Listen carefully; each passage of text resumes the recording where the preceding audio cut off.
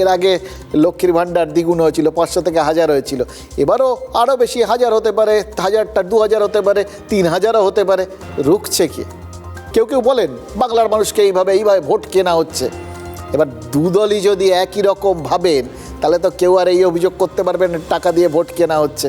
দেখুন, নিলামে ক্রিকেটার বিক্রি হয়, এটা তো আমরা দেখেছি। IPL-এ দেখেছেন না, সব জায়গায় দাম উঠছে, এ 10 টাকা বলছে, ও 20 টাকা বলছে, পেয়ে যাচ্ছে। বাংলার ভোটারও কিন্তু এরকম নিলামে উঠছেন মনে হচ্ছে, জানেন তো। এবার লক্ষ্মীর ভাণ্ডার নিয়ে অবশ্য একটা অন্য জিনিস আছে, তার ব্ল্যাকমেলের অভিযোগও তো উঠেছে।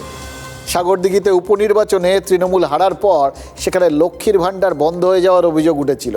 ধূপগুড়ি উপনির্বাচনের সময় তো গুঞ্জন ছড়িয়েছিল যে তৃণমূল না জিতলে নাকি লক্ষ্মীর ভাণ্ডার বন্ধ হয়ে যাবে। এখন বাংলার লক্ষ্মীরা লক্ষ্মী থাকবেন নাকি প্রয়োজনে অন্নপূর্ণার দ্বারস্থ হবেন, কি এসে যায়? যদি চান তাতে কি তাদের দোষও দেওয়া যায়?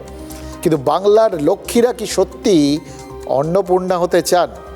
আমরা মালদা আর বাঁকুড়ার লক্ষ্মীদের কাছে খোঁজ নিয়েছিলাম, দেখলাম লক্ষ্মীর ভাণ্ডারটা প্রাসঙ্গিক, কিন্তু তার প্রাসঙ্গিকতা বজায় থাকতে হলে একটু বাজার দরের সাথে সামঞ্জস্য বজায় রাখাটাও জরুরি হয়ে পড়েছে, না হলে কিন্তু সেটা আগামী দিনে হয়তো অপ্রাসঙ্গিক হয়ে পড়বে। লক্ষ্মীর ভাণ্ডারের চাদর দিয়েও নিয়োগ দুর্নীতির লজ্জাটা পুরোপুরি আড়াল করা যাচ্ছে না।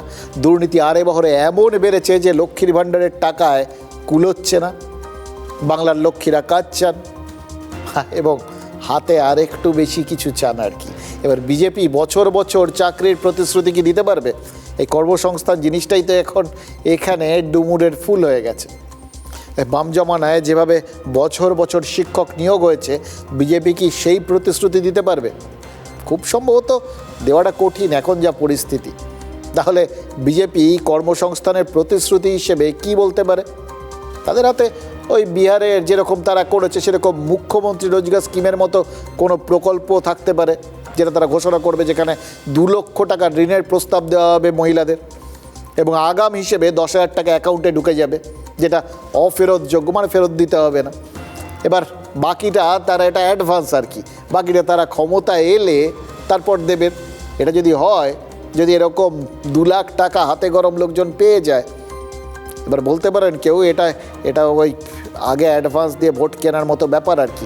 কিন্তু বিহারে সেটা নিয়ে দেখুন সাধারণ মানুষের কোনো রকম বক্তব্য আছে কিনা, বরং বিজেপি সেখানে হৈ হৈ করে জিতে গেছে।